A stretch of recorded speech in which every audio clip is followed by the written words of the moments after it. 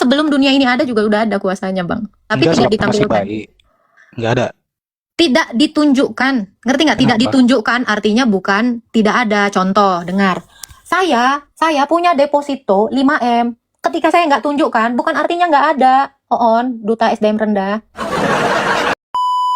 Tuhan kami nggak nurunkan buku, Tuhan kami nggak nurunkan kitab, Tuhan kami turun sendiri datang kepada para nabi dan para rasul. Jadi Alkitab itu apa fungsinya? Alkitab itu adalah kesaksian para nabi dan para rasul tentang Tuhan kami yang turun ke dunia, gitu loh. Oh gitu ya. Jadi kalau Paham nggak? Jangan oh itu ya. Jadi begini Bu, kalau kita terapkan di zaman modern, apabila Agatha diperkosa oleh kamu jangan bilang apabila, karena itu nggak akan kejadian, karena saya wanita baik-baik. Oh, kan kamu nanya apabila saya, kan itu hukum ada kalau ada kejadian. Masalahnya di dalam pribadi saya itu tidak ada. Shalom Bapak Ibu Saudara-saudari terkasih. Selamat datang di channel Juru Selamatku.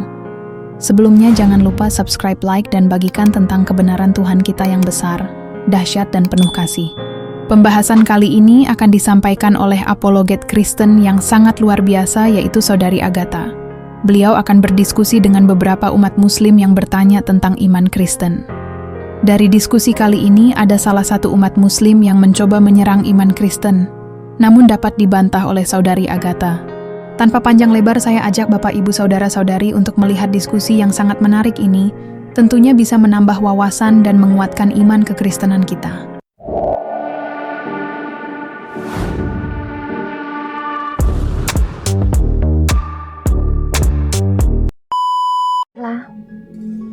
Makin panas ya, rame ya.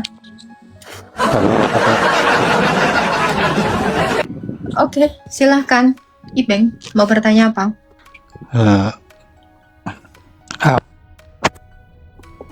Apa mukjizat Yesus waktu masih bayi? Apa mujizat Yesus waktu bayi? Nabi-nabi itu tidak ada yang bermujizat waktu bayi, Bang. Gini ya, aku kasih tahu ya. Berarti nggak ada itu mukjizatnya ya? Bukan nggak ada mujizatnya. Nabi itu nggak ada.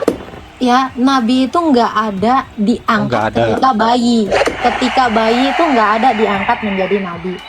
Ini kan pertanyaan konyol. Itu satu hal yang saya kasih tahu gitu. Jadi kalau kamu bicara tentang kemanusiaan Yesus, maka kamu akan bicara tentang kenabiannya. Bahkan sebelum dia mengambil rupa manusia, mujizatnya itu banyak. Membelah lautan itu adalah dari Tuhan Yesus diberikan kepada Musa. Gitu. Jadi nggak ada ya? Nggak ada nabi yang bermujizat bayi-bayi, Bang. Nggak ada, karena belum. Jadi nggak ada kuasanya. Oke, bukan nggak ada kuasanya. Waktu bayi nggak ada kuasanya. Bukan, tidak ditampakkan, tidak di. Kenapa? Kenapa? Ya tidak ditampilkan. Terus waktu menjawab tuduhan Yahudi gimana? Ibunya. Tuduhan Yahudi gimana? Nggak usah dituduh, karena sekalipun kekuasaan atau kuasanya Tuhan Yesus itu belum dinyatakan, 3 raja menyembah kepadanya ketika dia lahir. Waktu Maria dituduh berzina. Nggak ada dituduh, Bang. Maria itu tidak pernah dituduh berzina di dalam kitab saya. Itu kitabmu mungkin. Saya selesaikan. Saya tahu kamu orang yang gerasak gerusuk, sebentar. Saya selesaikan. Sekalipun Tuhan Yesus dalam kodrat kemanusiaannya, dia belum menunjukkan mujizatnya, dia sudah disembah raja-raja, Bang. Itu aja dulu. Dan kalau kamu narasikan Maria dituduh berzina, itu mah kamu dalam imanmu, dalam iman Kristen itu tidak ada. Karena ada Santo Yusuf yang menjaga marwahnya, Bunda Maria, gitu. Ada lagi yang mau ditanya, Bang Ibeng? Berarti nggak ada ya? Nggak ada kuasanya gitu ya? Kuasanya sebelum dunia ini ada juga udah ada kuasanya, Bang. Tapi Enggak, tidak masih ditampilkan. bayi. Nggak ada. Tidak ditunjukkan. Ngerti nggak? Tidak ditunjukkan artinya bukan tidak ada. Contoh, dengar. Saya punya deposito 5M. Ketika saya nggak tunjukkan, bukan artinya nggak ada. Oon, duta SDM rendah. Udah kamu di bawah. Jadi tidak ada dengan tidak ditunjukkan, itu beda. Ngerti nggak? Saya punya deposito 5M, tapi kalau nggak saya tunjukkan bukan artinya nggak ada. Sampai sini nyampe nggak duta SDM rendah? Rembun. Karena gini ya, sekalipun Tuhan Yesus tidak menunjukkan kuasanya waktu dia lahir, terbukti bahwa raja-raja dari Majus menyembahnya. Sampai sini kalian paham?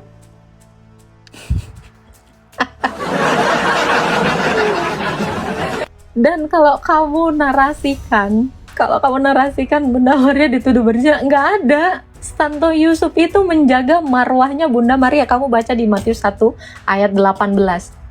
Ya, Santo Yusuf itu menikahinya supaya dia tidak dianggap sebagai perempuan yang tidak layak, tidak suci, karena melahirkan dari kemanusiaan Tuhan Yesus. Ini sudah dipersiapkan Tuhan saya. Nah, kalau narasinya di dalam kitabmu tidak ada suaminya, ya itu urusan Anda. Karena ketika Tuhan saya mengutus malaikat, ya 6 bulan setelah malaikat mendatangi Zakaria bahwa Elisabeth istrinya akan melahirkan, dia datang kepada Maria dan menanyakan ini, Maria, engkau beroleh kasih karunia oleh Tuhan, kamu akan melahirkan, gitu kan. Terus Maria mengiyakan dari pesan malaikat Gabriel itu. Malaikat Gabriel itu bahkan memperkenalkan dirinya, aku Gabriel, kepada Zakaria. Nah, malaikat ini juga mengatakan itu, aku 6 bulan yang lalu bertemu dengan Zakaria dan sanakmu Elisabeth juga sedang mengandung. Di situ kan. Maria di situ menyetujui itu. Kalau Tuhan itu berpikir cerdas, Maria ini sudah dipersiapkan untuk tidak dianggap berzina. Dengan cara apa? Dia memerintahkan kepada Yusuf, Matius 1 ayat 18, Yusuf, ambillah Maria sebagai istrimu, gitu. Itu dipersiapkan untuk menjaga marwahnya Bunda Maria. Kalau dalam kitabmu aku nggak tahu, Bang.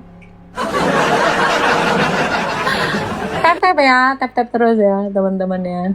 Gitu loh. Jadi maaf ya Bang ya, narasimu itu kucel sekali gitu. Kucel dan kuma. Ada. Oleh. Hello. Askaiki official. Halo. Askaiki. Halo. Ya, halo. Ya, selamat pagi Pak, silakan. Pagi Bu. Mau bertanya apa? Mau tanya, kalau orang Kristen kan meyakini bahwasanya Bible itu adalah kebenaran dan itu adalah firman Tuhan. Bukan, tidak demikian. Oh, bukan Bu. Kebenaran itu adalah Tuhan Yesus, bukan Bible. Gereja adalah sarana di mana kami mengenal Tuhan Yesus, bukan dari Alkitab. Tradisi suci gereja itu adalah tempat pernyataan tentang kebenaran itu atau tentang Yesus itu. Gereja, bukan Alkitab. Tapi kan kalau menurut orang Kristen, Ya, saya orang Kristen. Ya maksud saya, Jadi dasar iman kami itu adalah tradisi suci gereja. Yang dikatakan Alkitab itu perjanjian. Itu adalah materi untuk kami mengajar jadi murid. Ini hanya tools, alat kami untuk mengenal Tuhan. Jadi kami itu mengenal Tuhan, mengenal sang kebenaran itu melalui gereja, tradisi suci gereja. Gitu Bang. Alkitab itu bukan satu-satunya sumber kebenaran. Itu. Tapi artinya Ibu meyakini bahwasanya Alkitab itu sumber kebenaran. Bukan, sumber kebenaran itu adalah Tuhan Yesus yang diberitakan oleh gereja. Jadi ada gereja dulu, baru ada kitab, bukan ada kitab dulu baru ada gereja. Sumber iman kami bukan berasal dari kitab, tapi dari gereja. Apakah Ibu ingin mengatakan bahwasanya Alkitab itu hasil karya tulisan manusia? Bukan, itu adalah kristalisasi dari pengajaran para nabi dan para rasul. Nah, artinya Ibu ingin mengatakan, artinya apa yang diajarkan gereja itu dituliskan. Kan saya bilang tadi, kristalisasi dari ajaran para nabi dan para rasul. Jadi ini itu adalah bentuk dari pengkristalan ajaran itu gitu loh. Jadi ajaran itu sejak semula itu melalui tradisi lisan dalam gereja. Ya, ajaran itu kan dianggap sebagai suatu kebenaran, Bu ya.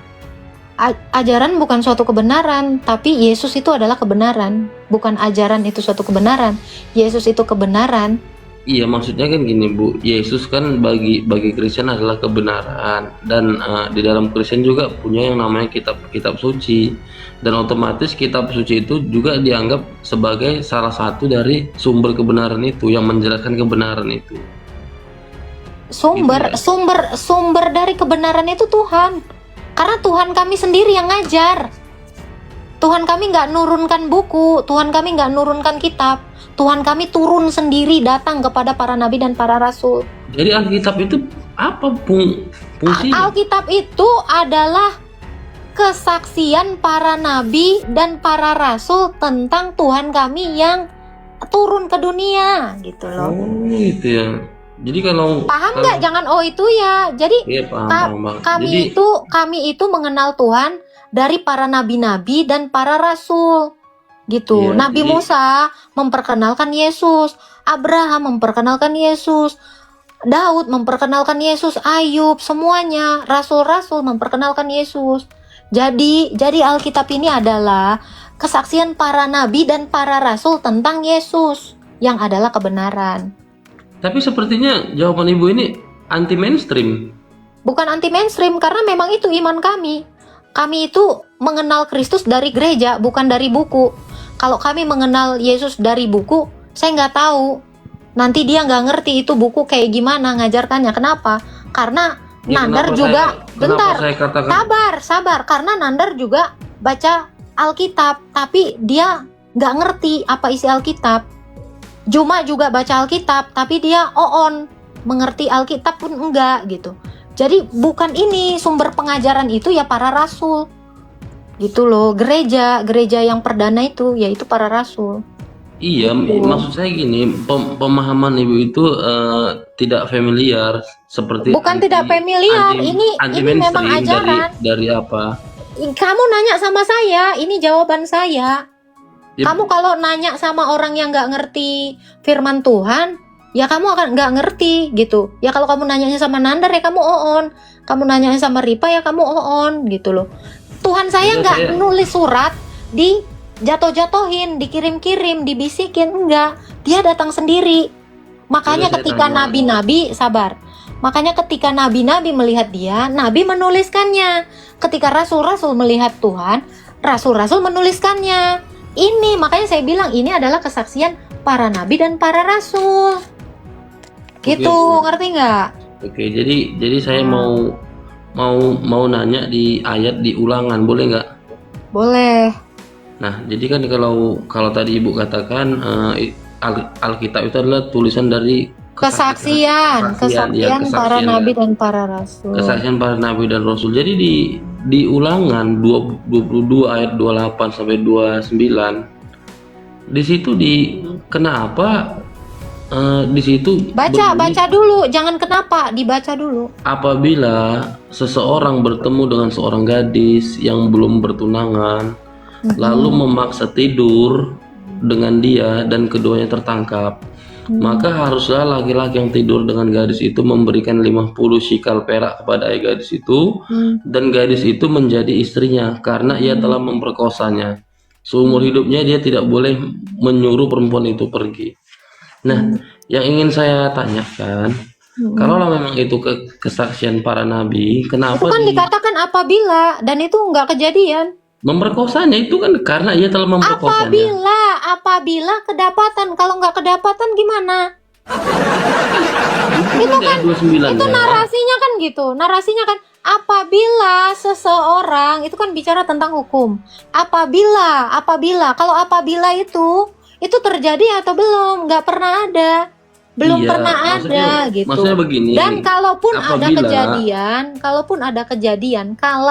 kejadian, itu tadi harus memberi berapa shikal gitu. Ya begini Bu, kalau kita terapkan di zaman modern, apabila Agatha diperkosa oleh Kamu jangan bilang apabila, karena itu nggak akan kejadian, karena saya wanita baik-baik. Oh, kan kamu nanya apabila saya, kan itu hukum ada kalau ada kejadian. Masalahnya di dalam pribadi saya itu tidak ada gitu loh. Kamu ngerti nggak apabila? Kalau, ngerti nggak bahasa Indonesia? Itu. Kamu jangan bawa-bawa saya, karena saya nggak pernah digituin gitu loh. Kamu menarasikan yang nggak terjadi. Jadi kamu kan berandai-andai. Gitu kan? Apabila ada seseorang, kan apabila nggak kejadian, itu nggak berlaku hukumnya. Kalau kau mau kau terapkan, nggak kejadian sayang. Kalau kau mau jadi Kristen, ya kau bikin lah. Paham nggak? Kalau kamu tuh ngerti apabila, ya kamu, saya rasa mengerti gitu. Paham nggak? Nah itu, kok kamu nyuruh saya kayak gitu? Saya nggak mau gitu. Kenapa? Karena orang Kristen nggak ada yang kayak gitu. Paham? Ya, begitulah penjelasan dari Saudari Agatha. Bagaimana menurut pendapat Bapak Ibu, Saudara-saudari setelah melihat video tersebut? Tentu kita semua pasti merasa terberkati dan juga menambah wawasan tentang juru selamat kita, yaitu Tuhan Yesus Kristus. Mari kita sama-sama belajar terus tentang kebesaran dan kebenaran Tuhan Yesus Kristus melalui video-video selanjutnya. Shalom, dan Tuhan Yesus memberkati.